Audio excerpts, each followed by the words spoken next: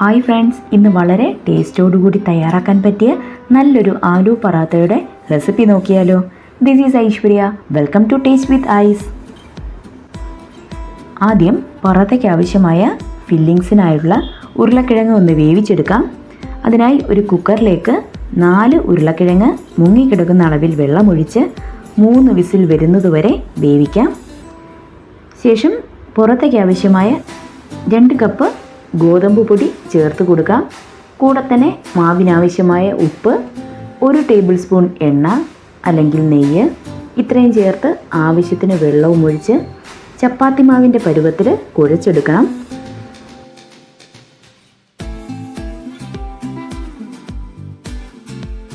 ശേഷം മാവിൻ്റെ പുറത്ത് 1 ടേബിൾ സ്പൂൺ നെയ്യോ എണ്ണയോ പുരട്ടി അരമണിക്കൂർ റെസ്റ്റിനായിട്ട് അടച്ചു വയ്ക്കാം.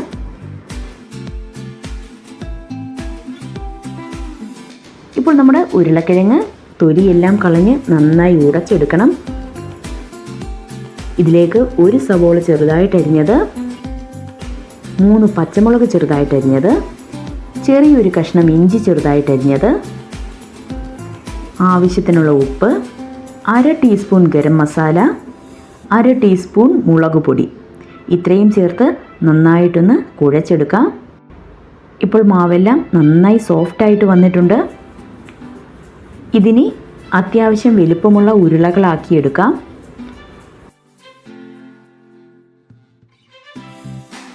ഇനി ഓരോ ഉരുളകളും പരത്താം. അതിനായി കുറച്ച് ഗോതമ്പ് പൊടി തൂക്കി കൊടുത്ത് ഒന്ന് ചെറുതായിട്ട് പരത്താം.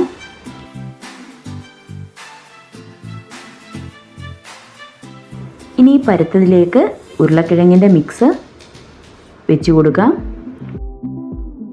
ശേഷം ഇതുപോലെ മടക്കി ഒരു ബോളാക്കി എടുക്കാം.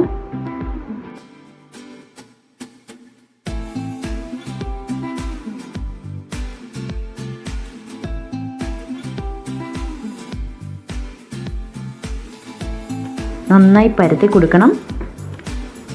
ആവശ്യത്തിന് ഗോതമ്പ് പൊടി ചേർത്ത് വേണം പരത്താനായി. നല്ല നൈസായിട്ട് പരത്തേണ്ട ആവശ്യമില്ല.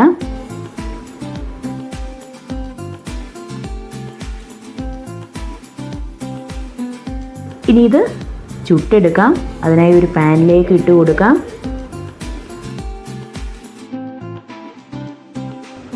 ആദ്യം ലോ ഫ്ലെയിമിലിട്ട് 2 വശവും വെന്ത് വരുമ്പോൾ മീഡിയം ഫ്ലെയിമിലേക്ക് ആക്കി കൊടുക്കണം. ഇനി കുറച്ച് നെയ്യ് അല്ലെങ്കിൽ ഓയിൽ കൂടി തേച്ച് കൊടുക്കാം.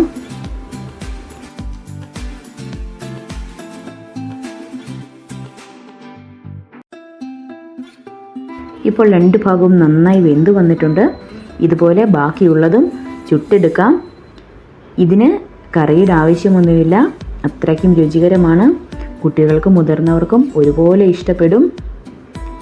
എല്ലാവരും ഒന്ന് ട്രൈ ചെയ്ത് നോക്കൂ. വീഡിയോ ഇഷ്ടമായാൽ ലൈക്ക് ചെയ്യൂ. ചാനൽ സബ്സ്ക്രൈബ് ചെയ്യാനും മറക്കരുതേ. അപ്പോൾ പുതിയൊരു റെസിപ്പിയുമായി വീണ്ടും കാണാം.